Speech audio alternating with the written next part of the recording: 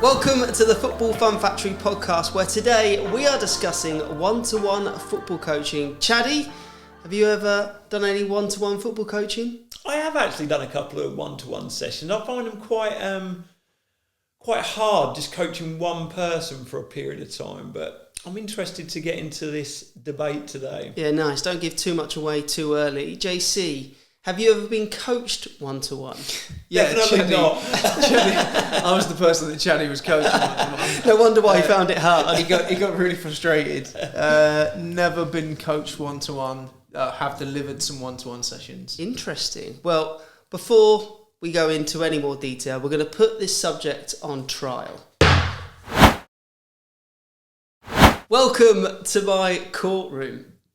What are you pulling a face for, Chad? I won't have that in my court. No face pulling. Just simply say, welcome. Just go straight into the court. I'm just really an nice. Inexperienced judge. I'm just really nice at welcoming people into my space. Anyway, we're going to get straight onto it. So today I have two opposing statements. The guys don't know what they are, and they will be handed a statement, and they have to fight that corner, no matter what it says, whether they agree with it or not. James, that's yours. Thanks, Chaddy, that's yours. JC, would you like to kick us off by reading your statement, please? Absolutely, because I agree with this one wholeheartedly. Ooh. One-to-one coaching has so many benefits. It helps children develop their football skills. It can help improve their confidence. It can help get them into an academy. One-to-one coaching is great. Nice. Really believable in the way that you delivered that. Fantastic. Chaddy, can you please read your opening statement? I can, but it's a little bit controversial and harsh. Well, you have to fight it nonetheless. And I'm going to. One-to-one coaching is a scam. It's not helping children develop their football skills, but instead line the pockets of the coaches. Should stop all one-to-one sessions. Just read that last line again. Sorry, I got it wrong. We should stop all one-to-one That sessions. makes far more sense. Yeah. Okay, well, that is out there. That is pretty damning statement. Chaddy, I'm going to put you to the stand to start off with. Can you please have a bit more context around that? And then JC, you can question Luke Chadwick. Yeah, in my opinion, one-to-ones are an absolute scam. The coaches are using the children, whoever it is they're coaching, to line their own pockets. Do children need one-to-ones? Can they not get enough coaching out of a group session? I think it's an absolute disgrace. Oh, love it. Add that to the trailer. Great stuff. Use the words scam and disgrace. Is that how you would describe yourself, Luke, when you delivered your an one-to-one? absolute disgrace. To line my own pockets. No, I just think I recognised that early on. I didn't see the benefit, the people that I was coaching. I thought they can do that within a group session. They can get as much out of that. They don't need to be paying me extortionate amount of money to deliver the sessions. And do you feel that there are any benefits at all to one-to-one Nope. sessions? And do you not see that in a situation where a coach has the dedicated attention, or the child, has a dedicated attention from a coach, is able to see exactly what the child should be working on, tailor the session completely for that child? Do you not see that as a real benefit? Not at all. I think particularly in children's football, in child's football, I think the biggest outcome in kids' football is the social outcomes that they get to go playing with other children, meeting different children. I think going to one-to-one sessions, if that's taking the place of a group session or taking any time away from that group session, I don't think it's right. Okay. I'm going to stop you there. Thanks, Luke. Some really good points, some one-word answers. Yeah. James, would you please remind the court of your statement? And then, of course. Luke, can you please grill him? One-to-one coaching has so many benefits. It helps children develop their football skills. It can help them improve their confidence. It can help them get into an academy. One-to-one coaching is great. Cool. So there's probably one line that sticks out to me there. It can help get them into an academy. Like, how can one-to-one coaching, working without any sort of opposition, help a child get into an academy? The best of both worlds for me, because one-to-one coaching allows for that individual isolated practice, dribbling up to a cone, turning and protecting as if it's a defender. But then as long as that's in addition to going on to your sessions, training 3 times a week and all the things that you'll need to do to get as much ball rolling time as possible. In a 90-minute game of football, let me start again.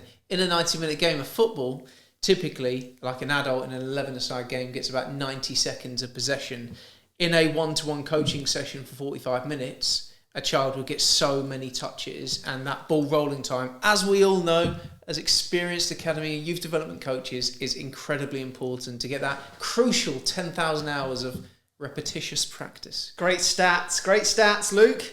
No, really good stats. Thank you. If nothing else. I mean, you talk about sort of all them touches, but is that not unrealistic practice? You mentioned at the start of your statement that the child will dribble up to the cone as if it's a defender. Like how can that help at all? It's not like a defender at all. It's a cone that's on the ground. So that happens within all training sessions at all levels, right from the best teams in the world at senior football, right through to children's participation in group sessions. It's just that rather than looking at a whole group of people, maybe a squad of 30 or a squad of 15, all doing the same thing, and then the coach's attention being split amongst all of those or to their favourites. Instead, they do have a favourite, and that favourite is the one and only child that's participating within the session. And when they do that, obviously, like you say, at all different levels of football all around the world, would that not lead into something different, though, to give that realistic practice? Is that not just the warm-up, the lead-in,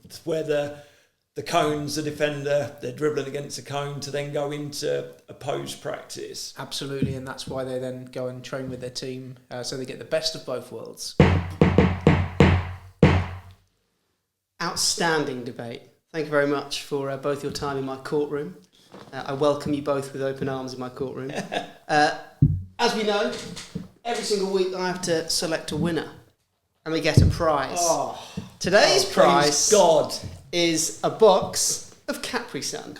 For anyone that doesn't know, we've been working closely with Capri Sun to bring more football across the nation. There's a QR code that you can scan on a box of Capri Suns, which then I'll be scanning it when I win the prize. Which then shows all the nearest Football Fun Factory sessions, and you can sign up to a 3-week free trial. And Capri Suns taste delicious. So that is today's price. What flavour, Judge? Orange. But you don't need to worry about it, Luke, because today's winner in my court, because they backed up their argument with stats. James wins it every week. It's a popularity contest. You don't listen to what's being said. I'm the most popular person. I'm a stat man, Luke. Some of your one-word answers were disappointing. Abysmal. So James Cutting, congratulations. A very worthy winner. I think one of the reasons why I just keep winning every week, it's getting a bit boring, is just because Johnny's the judge. Johnny's the judge. I bribe him, but it's easier to slide things across the desk than it's quite a difficult I get that. route to get over there. But Could happy I with that. have a pouch? Hey guys, enough. I'm happy to share. Who wants Capri Sun? I need to get out of this wig and gown. A fantastic debate, and now we're going to find out what everyone really thinks. Quick sip of my Capri Sun. For anyone watching on the YouTube, you would have seen me holding it, and everyone else enjoying theirs. Cheers. Cheers. Charlie, what do you really think? Yeah, so my true opinion on one-to-ones, I think there is a time and a place for them, like when you're looking to really sort of hone in on them technical, tactical stuff where loads of repetition really helps with that. I think what I've said there, obviously it was on the card, I had to read it, I want to make that straight. I don't think all one-to-ones are an absolute sham. I do think there's times where some one-to-one coaches will come out maybe not with the experience or qualifications to really help individuals really improve, but I think at the sort of purest form of really talented one-to-one coaches can really help people develop whatever age they are. Yeah, I think also you mentioned around like tactics and technical side of things. I do think there is an element of like the social side of things. I appreciate they're obviously not around other children and it is one-to-one with the coach. What I think they can do, and the children that I've worked with in the past, because I've done one-to-one coaching, is actually boosted their confidence because they've developed their skills, they've refined a few techniques, that when they then go back into the group environment, they feel more confident in themselves. And I think that actually is also another benefit to that. What about you, James? What do you think, mate? Yeah, I think the relationship side of it as well. So the confidence that children build will quite often be because they feel like they've got that kind of direct access to their child's coach. I think that there's a huge relationship that youth football coaches can build with the children that they coach, and to give their attention solely to one child, of course from a football perspective, to be able to give them the technical feedback that they may need to improve their game, but also I think any child in any environment, be it inside or outside of sport, even if you look at your own kids, if you give them your attention, they absolutely love it. Yeah. So to have your attention for the duration of a one-to-one session, I think is great. The big thing it made me think about is goalkeeper coaching, in that's probably the best example of one-to-ones. And I think it's almost crucial, really, to have one-to-one coaching within goalkeeping right through to senior level, because if you look at every single warm-up of even at professional level, quite often it's either the two goalies starting off warming up and then the goalie coach comes out, and you do have the individual coaches. And then I guess within the senior game as well, there's more and more technical coaching roles within professional football, where might even be a throw-ins coach and a goalkeeper coach and a whatever else coach. So I think there's a place for one-to-ones. Can you become a really, really good football player in the absence of one-to-ones? Yeah, absolutely, I think. Did you have one-to-ones when you were younger, Chad? No, never. If I did, I might have been done a bit better in my playing days. But I think it was always like when I started playing football. And I think in the main, the majority of kids start playing football to play with their friends. I think it's very often a parent that would arrange the one-to-one sessions. I don't think it's always a little boy or little girl will say to mum or dad, "Oh, can I get some one-to-ones now?" I think it's when a talent may be recognised and you think they want to see their children do the very best they possibly can, and it's set up. And I think it is in the main governed more by sort of the parents wanting to book one-to-one sessions, which of course is absolutely fine as long as the children really, really enjoy what they're doing. When do you think it's then not okay? So you mentioned obviously in the main there are loads of benefits to it. When do you see that potentially it's not done right or it's not the best for the child? I think if the coach isn't capable of delivering a really effective one-to-one session, if they're purely just set up a one-to-one business to, as I said at the start, where it is just purely to earn money and line their pockets, as it were, I think you've got to have the ability to be a one-to-one coach. I really struggled coaching kids one-to-one because you've got to keep them engaged. You've got to have different things to do for a full 45 minutes, hour, what it is. So as long as the coach is giving the child, whoever it is, a fantastic experience, that's absolutely fine. I think if they're not having a good experience, then obviously it's not fine and the coach isn't. Do you think a parent of a child could provide a worthwhile one-to-one session? Yeah, because it's just practice. So I think most people grew up playing in the back garden, probably with their mum or their dad. Dad goes in goal and the child shoots, for example. That's a one-to-one session. It's a really useful one-to-one because the dad in that instance is then providing the opposition that we kind of talked about earlier on. I think otherwise that child's in the back garden by themselves, shooting into the goal, going and collecting the ball. So I think that's really useful. In terms of technical feedback, I think that's where it then could fall down if the parent doesn't have the knowledge or experience to be able to actually give their child technical feedback.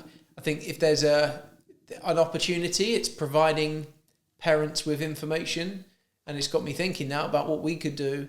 There's lots of children that really, really enjoy playing football and want to get better, even though we are Football Fun Factory and it's all about fun and enjoyment. Kids want to progress and get better.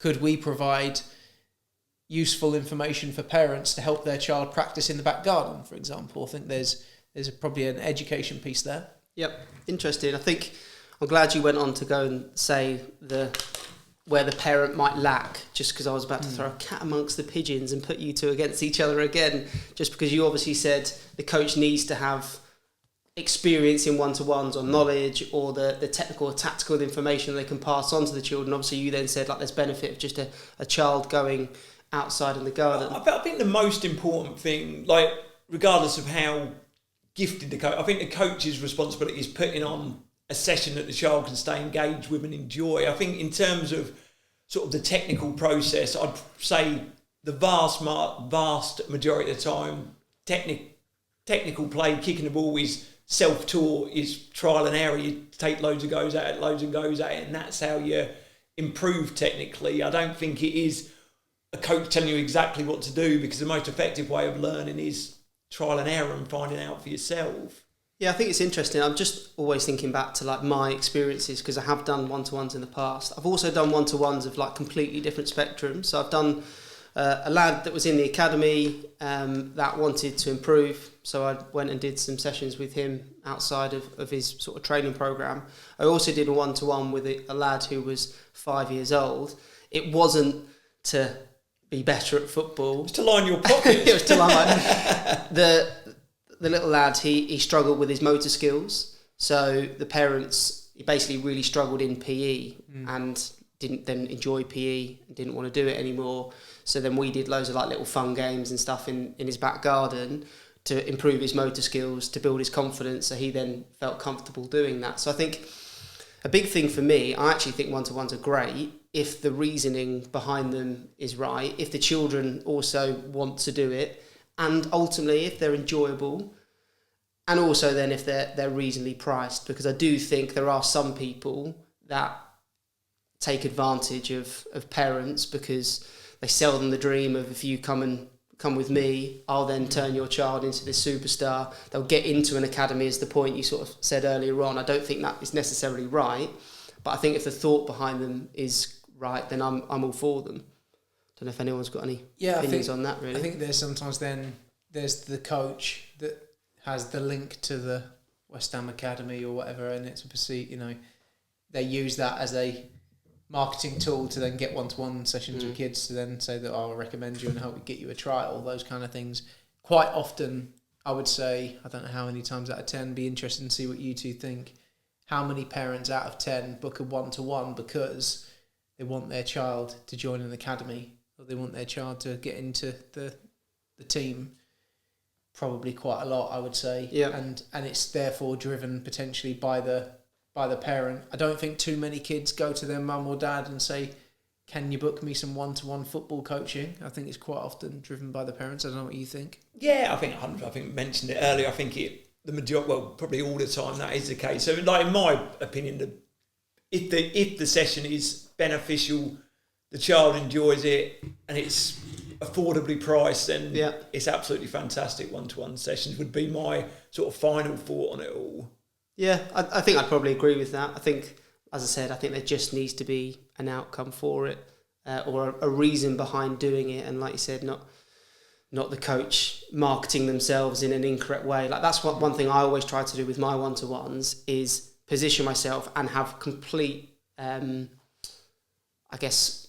transparency between me and the parent of what I was able to support their child with. So with like I said, the young lad that wasn't very confident, I'd said, look, what I'm going to try and do, this is why I'm doing it, this is how I'm doing it. With those that are trying to get into the academy, I was like, right, this is where I think might help their development and I can help support that. But it was almost, that was governed by them. I wasn't saying, I'm going to get you into an academy. It was, I can support in this way. And I think that's really important. That's one thing that probably for anyone that's listening that is a one-to-one coach, that would be my sort of top recommendation, is to have real transparency with the parent and communicate with them effectively of like what you're doing, why you're doing it, and how you're able to help. Interesting. Very cool. interesting. Thanks very much, guys, for the interesting conversation. I'm going to draw a close to this part of the podcast, and then we're going to go to everybody's I can't wait. favourite part of the What is that podcast, part? which is Chaddy's quickfire questions. Fantastic. Cool. My quickfire question this week, Luke, is that you're playing in a Man United Legends game at the weekend, which is pretty cool. Obviously, by the time this podcast goes out, you'll have played the game. The team is looking pretty spectacular. It's at Old Trafford. It's got Paul Scholes, a few other names in there. I think there's a vlog coming out that you're going to take the camera and vlog the whole thing, which is going to be really cool as well. So look forward to seeing that. Just in terms of that, which players did you play with or in the same squad as that are playing in that game? I think the two that stick out would be Paul Scholes and Nicky Butt. Obviously some great names in the squad, but I'd still be very disappointed if I don't start the game and play the full 90 minutes, but we'll have to wait and see on that. But it's so exciting to obviously go back to Old Trafford, really looking forward to it. Obviously playing with the likes of Wayne Rooney, Berbatov, some incredible names in the squad. So quite surprised and very humbled to get an invite to go up there, but really looking forward to it. And obviously this will go out after the game, so I was absolutely delighted to score a hat-trick as well. Very good. My question, Chaddy, is in line with the Man United theme. What do you think of Ten Hag and his start to the season for United? Yeah, challenging. I think as watching United play every season for God knows how long now, you sort of come into the season with massive hope and expectation, then it sort of falls down again. Obviously, the defeat at Brighton, getting beat at home at Old Trafford against Liverpool, really disappointing. You do think that we've been through this cycle so many times now where it is just get rid of the manager, someone else will come in, it will make it better, but that's not been the case. So I would like to see the club stick with him a little longer, see what happens, see what's being built, but obviously football is a very fickle industry, so we'll have to see what happens and see which direction the club goes. Brilliant. Well, thank you very much to the pair of you for your time today, and I look forward to seeing you next week for another podcast.